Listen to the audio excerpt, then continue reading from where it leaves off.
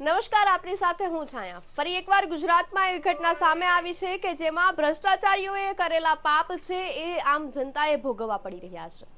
ફરી એક વખત બિસ્કિટની જેમ બ્રિજ તૂટી પડ્યો છે અને અનેક લોકો છે બ્રિજની નીચે હોમાઈ ગયા છે કે જેમાં અનેક લોકોએ જીવ ગુમાવવાનો વારો આવ્યો છે તો ઘણા બધા લોકો એવા છે કે જેમની સારવાર અત્યારે ચાલી રહી છે। કેટલા લોકો મૃત્યુ પામ્યા છે એમનો આંકડો છે ધીરે ધીરે કરતા વધી રહ્યો છે।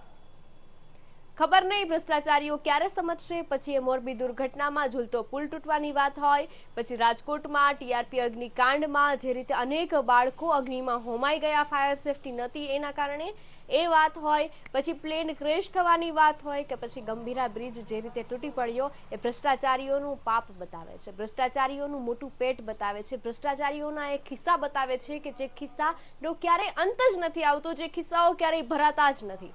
સાત નહીં પરંતુ એવું લાગે છે કે હવે ભ્રષ્ટાચારીઓ છે એ 70 પેઢીનું ભેગું કરવા પર તુર્યા છે।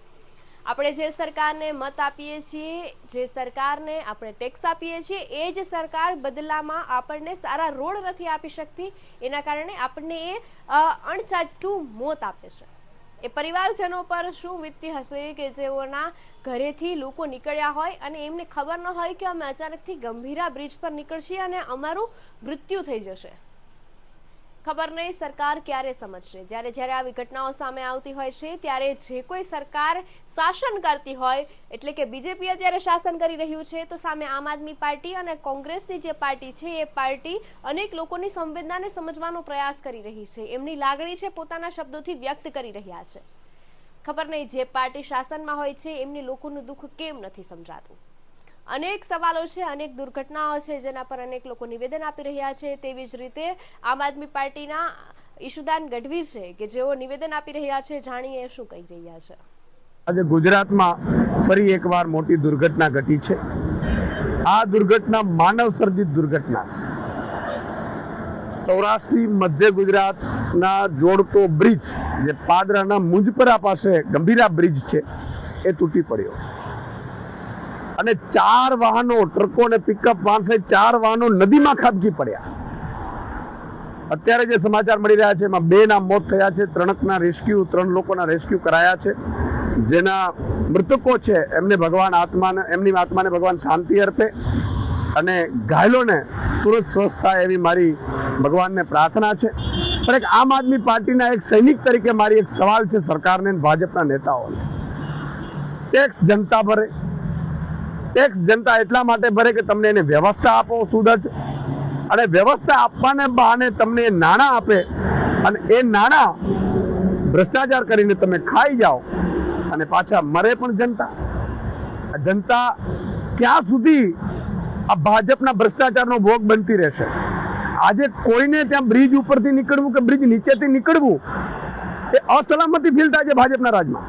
આ ભાજપે કેવું ગુજરાત બનાવ્યું? જ્યારે જ્યારે સમાજમાં આવી ઘટનાઓ બને છે, જ્યારે જ્યારે ભ્રષ્ટાચારીઓના પાપ છે એ બહાર આવે છે, જ્યારે જ્યારે ભ્રષ્ટાચાર બહાર આવે છે ત્યારે થોડા મહિનાઓ સુધી દરેક લોકો બોલતા રહે છે, મીડિયા બોલતી રહે છે, પરંતુ મીડિયાનું તો કામ છે કે જે સચ્ચાઈ છે એ બતાવવાનું, છતાં પણ જે સરકાર છે એ સમજતી નથી, અનેક લોકોના જીવ છે જોખમમાં મૂકે છે। એવું લાગે છે કે સરકારને આપણા જીવની કિંમત જ નથી। જ્યારે જ્યારે આવી ઘટનાઓ ઘટી છે ત્યારે સરકારે એમના સ્વજનોને થોડા ઘણા રૂપિયાઓની સહાય કરી છે, પરંતુ હવે એ સરકારને કોણ સમજાવશે કે તમારા 5 લાખ, 25 લાખ કે 50 લાખથી વધારે વહાલું અમને અમારું સ્વજન હતું, જો તમે આપી શકતા હોય તો અમને ફરી એકવાર આપી દો।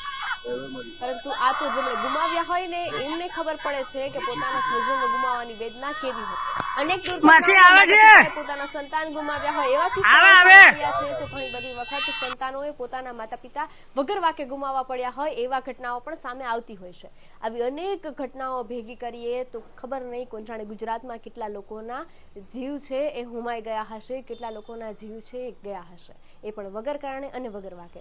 ખબર નહીં ગુજરાતમાં આવું ક્યાં સુધી ચાલતું રહેશે। આપણે હર હંમેશા જ્યારે આવી કોઈ વાત આવે છે ત્યારે 2-4 દિવસ બોલતા રહીએ છીએ, 2-4 દિવસ સરકારની ટીકા કરીએ છીએ, પરંતુ જ્યારે વોટ આપવાની વાત આવે છે ત્યારે ફરી એકવાર આપણે એ જ સરકારને પસંદ કરીએ છીએ। તો હવે સરકારે પણ સમજવું જોઈએ કે જે લોકો અમારા પર આટલો બધો ભરોસો મૂકે છે તો અમારી પર થોડી જવાબદારી બને છે, અમારું પણ થોડું દાયિત્વ બને છે। ત્યારે આ વખતે સરકાર શું એક્શન લે છે, કેટલા રૂપિયામાં લોકોનો જીવ આંકે છે એ જોવાનું રહે। આવા જ વધુ સમાચાર જોવા માટે અમારી ચેનલને સબસ્ક્રાઇબ કરો।